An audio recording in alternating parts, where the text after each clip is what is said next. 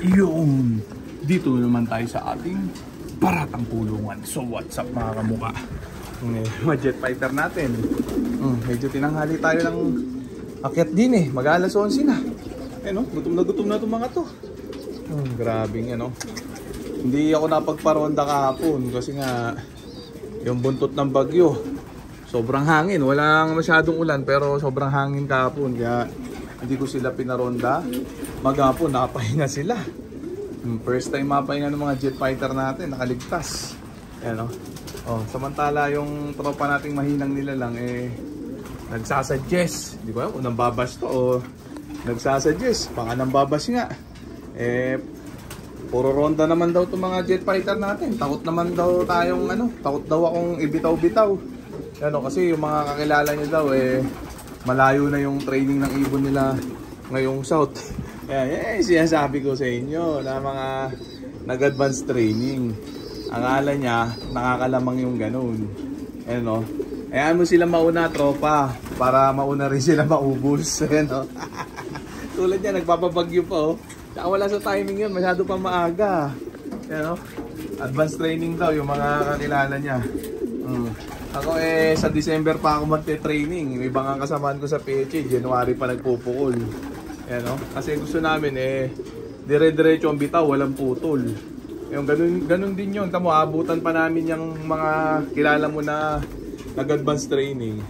Yung iba kasi ganun, atat na magbitaw, gagawin talaga yun. Pero hindi natin pakikilaman yun, syempre. Style nila yun Trip nila yun baka pantanggal kati lang nila yun o akala nila advantage yun. Yan yung jet fighter natin, paboritong chicha nila. Racer mix. Wing master Lantakan. At yung mga jet fighter natin.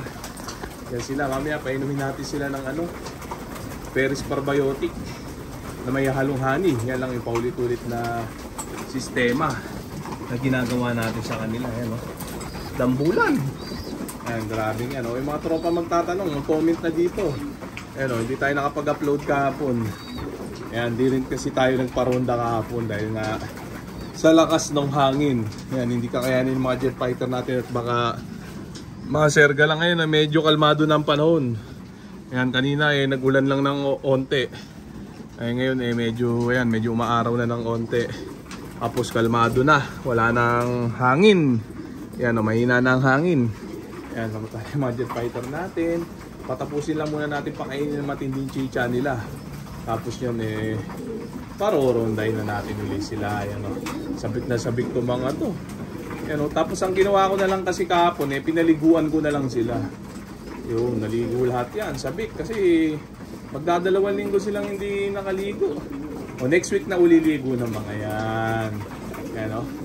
Grabe yan. Malapit na maipukol itong mga to. Mga na lang, 3 linggo na lang. Mga antayin. Huwag kang mag-alala, tropa. Nagsusuwestyon dyan na tropang mahinang nila lang. Hindi ko alam kung suwestyon o bash. O bashing. Walang kasi yun. Yun ang yun ang trip mo Yun ang paniniwala mo Kamo doon sa mga kilala mo, mauna na sila. Mauna na sila maubos. Basta tayo nasa timing kung gagawin natin. Dire-diretso ang pukol natin ito. Sakto yun. Pagka dire-diretso yung training, diretso hanggang karera, walang putol yun. Tsaka south, hindi kailangan ng maraming masyadong pukol dyan. Hindi kagaya ng norte yan. Ng norte sobrang daming kailangang ipukol ang ibon sa training, kaliwat kanan. Dito sa south, ang gagawin ko nga dito, puros palayo lang. Walang balik. Weekly lang ako maglo-load sa truck. Gaya nung ginawa ko last year, kaya naman ng ibon yun. Magandang percentage ng napatapos kong ibon sa training nun. Tipid pa, less effort pa. Ganun ang gagawin natin sa mga to. Puros palayo ang bitaw, walang balik. Ayan. Check natin sila. Halagang tamad nga tayo, di ba? Lagyan na natin sa fly pen, masigla. Natin. Ganyan paulit-ulit na technique, ha? Pas tayo sa advanced training. Doon tayo sa training na may timing. Doon nagkakatalo madalas. Pag wala sa timing ang training, maaga na uubos. Pag namali ka lang ng onti dyan, wala na. Ayan na. Tapos pagka nag-advance training ka, masyadong mahaba ang training ng ibon nun. Useless. Aabutin ka rin ng mga late nag-training na mga naka-timing. Ayan ha. Ayan ang sagot ko sa'yo, tropa ha. Huwag mong mamasamain. Baka magbigti ka. Ayan o. So ito yung mga jet fighter natin.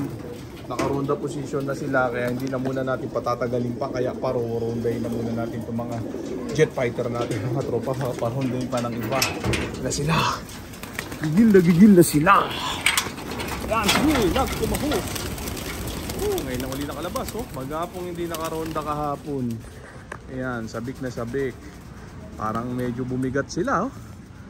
Ayan ganda talaga, pinaparonda araw-araw. Ayan, parang medyo mabigat ang pakiramdam nila. Ayan kasi sa tatakaw ng mga to, pag di mo pinaronda, bibigat talaga. Pero walang kaso yun. Bigat na may power ang ganun. Dahil batak naman yung mga yan. Kahapon lang nabakante sa ronda yung mga yan. Yan, gumanda na weather. Yan sila. Parang mga tora-tora. Yan, ayos ba mga tropa? Magtanong lang kayo. Antayin natin mag-raging to mga to. Yan yung mga naubusan na ng tanong dyan, mag-isip na kayo ng mga bagong tanong nyo para sagutin natin lahat. Yung mga nagme-message na nagpapamentor, wag na. Hindi ako nagtuturo sa PM. Dito lang sa sa vlog lang, sa mga video lang natin. Para lahatan na yung mga gustong matuto. Yung mga gustong makinig. Ngayon yung mga basher natin, steady pulso lang kayo dyan. Inaantay nyo maubos itong mga to, gusto nyo ipukul ko agad. Okay, mag-alala, mauubos din itong mga to pagkadating ng tunay na karera. Sa karera naman tayo nauubos lagi, pero lumalaban, di ba? Hindi tayo kayang ubusin ng mga training lang. Alam natin technique sa mga ganyan. Sa mga crucial na karera na tayo pwedeng madurog at maubos. Ayan, yung mga ibon natin lumalaban naman ng pukpukan yung mga yan. Ayan, hindi tayo kayang ubusin ng mga simpleng training lang. Ayan, kasi nga nasa timing naman tong ginagawa natin. Ayan, pumunta na ng Pasig. Wala na, hindi na maaninag. I-update ko kayo. Mamaya subukan natin mag-upload sa FB page natin. Sa ngayon ito, pang YouTube channel natin to ha. Wala na yung mga jet fighter natin, nag-raging na. Bukas na uli babalik yan. Mamaya after 1 hour babalik yung mga yan. Ayun yung Sierra Madre yan daw ang tumunaw sa Bagyong Uwan. Mabisa talaga. So okay na siguro yung mga tropa. So dito ko na muna tatapusin tong video na to. Shoutout sa mahihinang nilalang. Okay na.